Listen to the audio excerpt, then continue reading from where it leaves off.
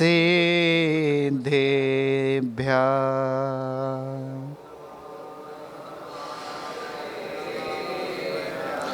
तोभ्यं नमोस्तु भवसागरतारिणाय तोभ्यं नमोस्तु भवदुःखनिवारिणाय अध्यात्मे मूर्ति गुरुदेव नमोस्तु तोभ्यम् आचार्यवर्धे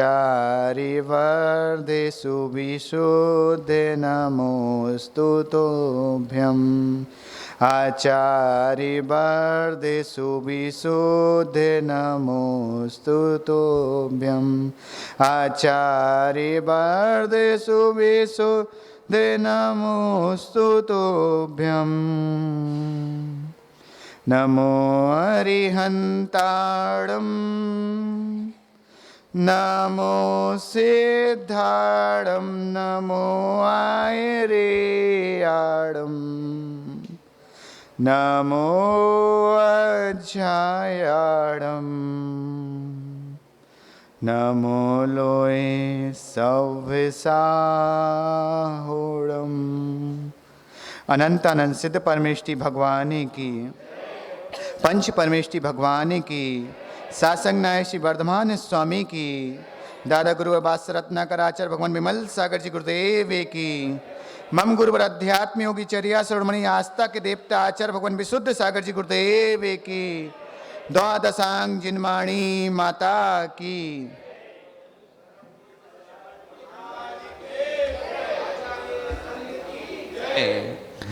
आज हम सबका महापुण्य का उदय हुआ है। हम सभी इस युग के महान अध्यात्म के राजहंस चर्या शिरोमणि आचार्य गुरु विशुद्ध सागर जी महाराज के चरण विश्राम में बैठे हुए हैं। महान नीतिकार आचार्य भगवान सोमदेव सूरी महाराज ने एक श्लोक लिखा है और वह लड्डू भाई हम जैसे ही सभी लोगों के लिए लिखा है। उनसे किसी ने प्रश्न किया कि प्रभु ये मनुष्य जो है वो चाहता तो कुछ है और करता कुछ है। तो उनने एक बहुत अच्छी लाइन लिखी सजल भाई, धर्मस्य फलम नेक्षन्ति धर्मस्य नेक्षन्ति मानवा पापम फलम नेक्षन्ति पापम कुर्वन्ति सादरा। हर मनुष्य अपने जीवन में धर्म का फल चाहता है, पर धर्म करना, धर्म का फल चाहता है पर धर्म करना नहीं चाहता। पाप का फल कौन कौन चाहता है, लेकिन पाप से बचना, वकील पाप का फल कोई नहीं चाहता लेकिन पाप से बचना भी कोई नहीं चाहता। यहां तक पाप से बचने की बात तो बहुत दूर की है। जहां पाप के साधन नहीं है वहां साधन जुटा जुटा के हम पाप करते हैं। जहां पाप के साधन नहीं है वहां हम पाप के साधन जुटा जुटा कर पाप करते हैं। पाप से बचने की बात तो बहुत दूर की बात है। आज यहां बैठ के हम सबको एक बहुत लग रहा होगा, और अभी हम आ रहे थे, एक राहुल नाम का भाई है भिंड का, वो भी एक प्रश्न पूछ रहा था। गुरुदेव ने कभी प्रवचन में बोला होगा कि कण कण से सिद्ध हुए हैं, कण कण से सिद्ध, इतने सिद्ध हो गए कि भूमि पे कोई कण बाकी नहीं होगा जहां से कोई सिद्ध नहीं हुआ। तो फिर हम सम्मेद से कर को ही महत्व क्यों देते? आप लोग भी अशोकनगर में चाहते तो विधान कर सकते थे, कोई बड़ी बात नहीं है। पुष्पदंतनाथ भगवान अशोकनगर में भी कई होंगे, 24 ही है तो पुष्पदंतनाथ भगवान तो होंगे, छूट थोड़ी गए होंगे दिनेश पंडित जी। लेकिन यहां सम्मेद शिखर में आके विधान करना क्या लगता है? खुद ही परसों नरसों बोल रहे थे, बोले जीवन में पहली बार गुरुदेव इतना आनंद आ रहा विधान में कि साक्षात सिद्धों की भूमि में और भावी सिद्धों के चरणों में कराने का मौका। तो तुम्हें क्या लगता है कि इतनी सारी जगहों में हम सिद्धों की भूमि में आने के बाद हमें ऐसा क्या हो गया? तो एक बात याद रखना लड्डू, दुनिया में हर जगह हवा है, कहीं भी बैठ जाओ हवा है, लेकिन जब टायर में हवा भरना पड़ती तो विशेष स्थान पे ऐसा थोड़ी तू टायर उठा के घुमा भर जा भर जा भर जा, भरती है क्या? क्या करना पड़ता है? विशेष स्थान पे बढ़ना पड़ता है। तो पाप काटने के साधन तो अनंत हैं, लेकिन सम्मेश से कर उनमें एक विशेष स्थान है जहां नियम से सारे पाप कट जाते हैं। ऐसे स्थान पे हम आए हैं। सम्मेश शिखर वो स्थान है, संसार में हर स्थान पे आप पाप कर सकते हो, लेकिन सम्मेश शिखर एक वो भूमि है जहां आते साथ ही आपके पापों का कटना खत्म हो जाता है और पुण्य का बढ़ना शुरू हो जाता है। और नियम से याद रखना, धर्म का फल ही पुण्य होता है। संसार जीवन में धर्म का फल ही पुण्य है। हमें क्या लगता है कई बार झांझरी पंडित जी कि हमारे देखते देखते किसी व्यक्ति के पास पैसा है, किसी के पास नहीं है। किसी व्यक्ति कपड़े का बिजनेस कर रहा है, उसकी दुकान चल रही, सामने भी वही सेम मार्केट, सेम ब्रांड, सब कुछ, लेकिन फर्क दिखता कि नहीं मार्केट में?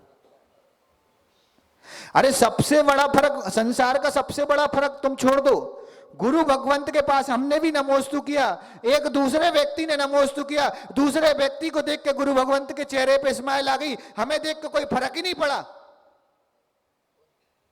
तुम्हें क्या लग रहा फर्क नहीं पड़ा? ये सब क्या है?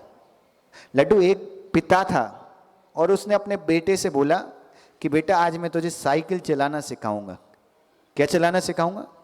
साइकिल की बात जरूरी है आज। साइकिल चलाना सिखाऊंगा। पिता ने बोला बेटे से कि बेटा मैं तुझे साइकिल चलाना सिखाऊंगा, साइकिल का एक रूल्स है, वो तू याद रख ले कि जब तू पेडल मारेगा और साइकिल आगे, तो इसलिए फोकस रखना कि तुझे पेडल मारना जरूरी है, बिना पेडल मारे साइकिल आगे। पिता ने गलत बोला क्या राहुल? पिता ने क्या गलत बोला था? पिता ने 100% सही बोला कि नहीं महेंद्र भाई, कि पेडल मारेगा तो साइकिल आगे चलेगी। और लेकिन जैसे ही बेटा घर से बाहर आता है ना सजल, और उसका दिमाग चकरा गया। एक व्यक्ति साइकिल पे बैठा और उसके दोनों पैर ऊपर, एक व्यक्ति साइकिल पे बैठा हुआ है और उसके दोनों पैर ऊपर। अब बताओ क्या हुआ?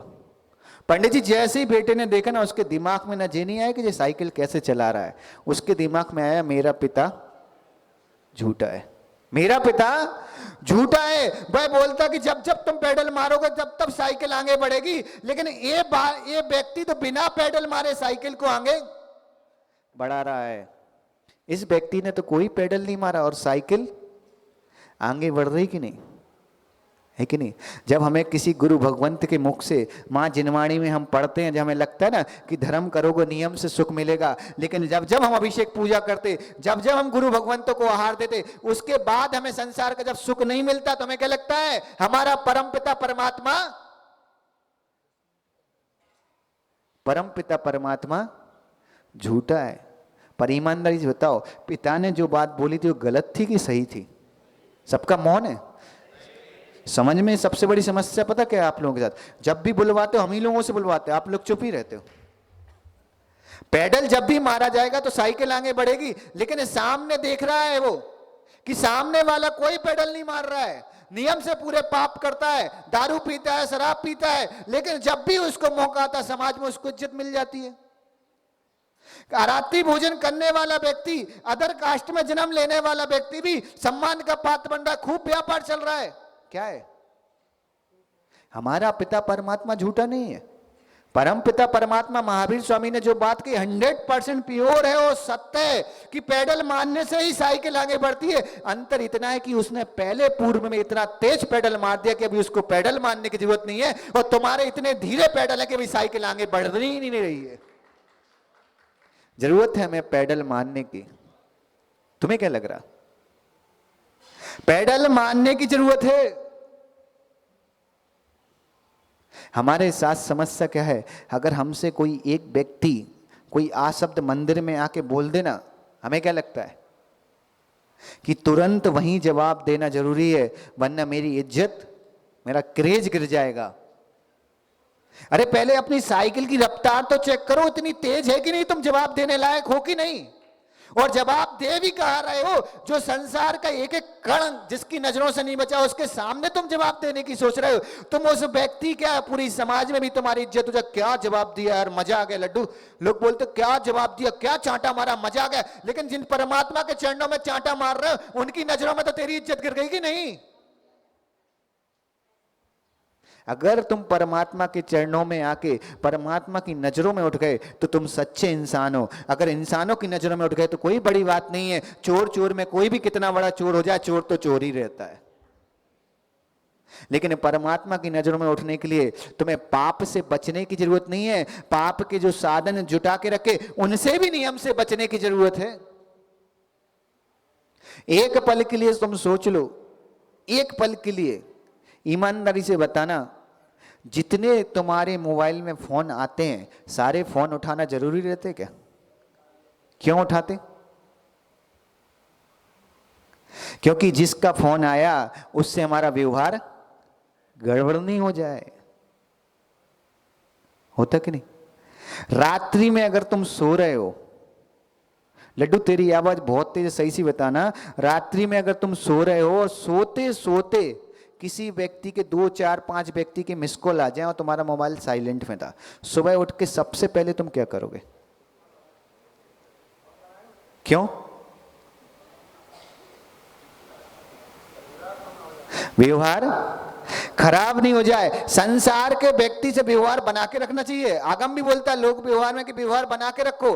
तुम्हें इतनी फिक्र है संसार के व्यक्ति से कि व्यवहार खराब ना हो जाए। कभी तुम्हारे नगर में कोई साधु भगवंत आए और एक दिन किसी कारण से तुम दर्शन के लिए छूट जाते हो, नहीं जा पाए, व्यापार के कारण से तुम्हें कहीं बाहर जाना पड़ा, लेकिन दोबारा तुम उनके दर्शन करने जाते हो, 2 दिन के दर्शन करते हो कि एक ही दिन के करते हो? उसको रिपीट कॉल करने की तुम्हारे पास सामर्थ्य, उससे व्यवहार खराब नहीं हो जाए। कल तुम्हारा जो मिस कॉल छूट गया तो उसको कॉल किया तुमने? यहां तक बताऊं ना लड्डू, 10 गुरु भगवंत अगर नगर में आ जाए ना, हमारे मंदिर की डिब्बी की साइज वही रहती जब गुरु भगवंत नहीं होते तब भी, और गुरु भगवंत आ जाए तब भी। तो उतने चावल में हम पूरे परमात्मा पूरे भगवंत को निपटाते हैं, और जब नहीं रहते तब भी हम पूरे निपटाते हैं। लेकिन घर में मेहमान आ जाए, 4 लोगों का भोजन बना, 3 लोग और आ जाए तो एक्स्ट्रा भोजन बनाते कि नहीं? तो देव शास्त्र गुरु के समय हम एक्स्ट्रा क्यों नहीं करते? संसार के प्राणी के लिए हमारे पास एक्स्ट्रा करने का समय है, देव शास्त्र गुरु के लिए। एक अंतिम बात बोलकर अपनी वाणी को विराम दूंगा। एक बात याद रखना, एक व्यक्ति सजल रोज मंदिर से निकलता और एक भिखारी को 10 का नोट देता, रोज देता। एक दिन ऐसा हुआ कि वह व्यक्ति अपनी फैमिली के साथ पिक्चर देखने चला गया। क्या? पिक्चर देखने गया। शौक होता है फैमिली के साथ जाना। और जैसी पिक्चर देखते देखते इंटरवल के 10 मिनट पहले बस उसने साइड वाली सीट पे जैसी नजर घुमाई और उस सीट पे उसको भिखारी बैठा। अब ईमानदारी से ना, उसका पिक्चर में मन लग रहा है कि भिखारी में? कि जिस व्यक्ति को मैं अपनी कमाई का 10 रुपए रोज देता हूं, वो व्यक्ति मेरे पैसे का दुरुपयोग कर रहा है, यहां बैठ के पिक्चर देख रहा है। उस व्यक्ति ने जैसे इंटरवल हुआ ना कोई कोल्ड ड्रिंक देखी, ना कोई चिप्स देखी, ना कोई पॉपकॉर्न खरीदने का, सबसे पहले उस भिखारी के पीछे दौड़ता है। बोले क्या बात है, तू क्या कर रहा है? मैं तुझे रोज 10 रुपए देता हूं और तू पिक्चर देखने में बर्बाद कर रहा है। याद रखना, उस व्यक्ति ने बात तो सही बोली थी अब्रिल भैया, लेकिन भिखारी ने जो बात बोली ना, वो बात बड़ी महत्वपूर्ण थी। बोले तुम मुझे 10 रुपए देते हो, मैं इसलिए पिक्चर देख रहा हूं, गुरु भगवंत तुम्हें धर्म उपदेश देते, उसके बाद तुम पिक्चर देख रहे हो, उसमें तुम में और हम में अंतर क्या है? तुम परमात्मा के चरणों में जाने के बाद भी यहां बैठे हो, तुम में और हम में अंतर क्या है? तुम्हें क्या लग रहा है शाश्वत भूमि में आने के बाद इतना बड़ा समय लगता है? जैन समाज में क्या पूरे संसार में सबसे बड़े मंत्रों का अगर कोई विधान है तो वो सिद्धचक महामंडल विधान है। ये विधान करने के बाद भी हमारी घर जाने के बाद क्रियाएं वही रही ना, तो जो जिनने विधान नहीं किया और हमने विधान किया, हम दोनों में कोई अंतर नहीं है। हम भिखारी के भिखारी, हम पैसे देने वाले भिखारी और वो पैसे लेने वाला भिखारी, लेकिन भिखारी तो।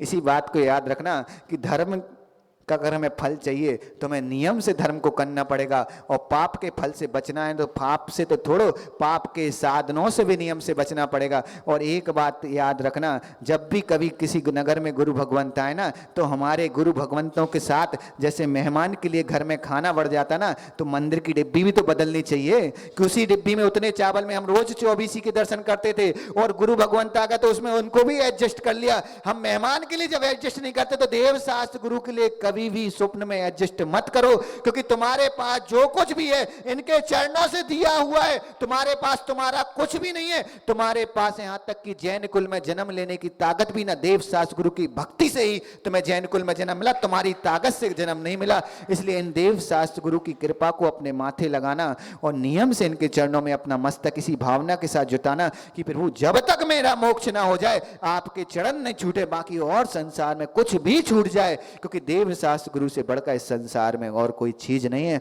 हम सब गुरु भगवंत के चरणों में चलते हैं इसी भावना के साथ। बोलिए भगवान महावीर स्वामी की। बोलिए परम पूज्य आचार्य भगवंत श्री विशुद्ध सागर जी गुरुदेव। जियो और जीने भी दो, अहिंसा परमो धर्म। सूत्र है जियो और, सूत्र है जियो और।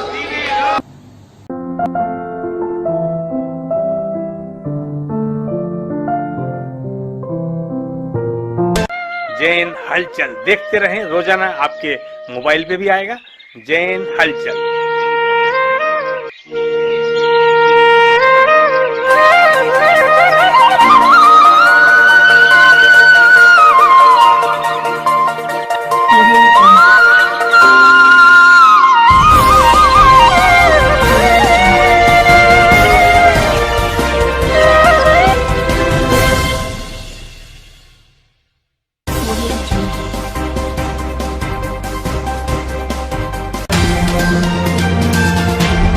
जियो और जीने भी दो, अहिंसा परमो धर्म।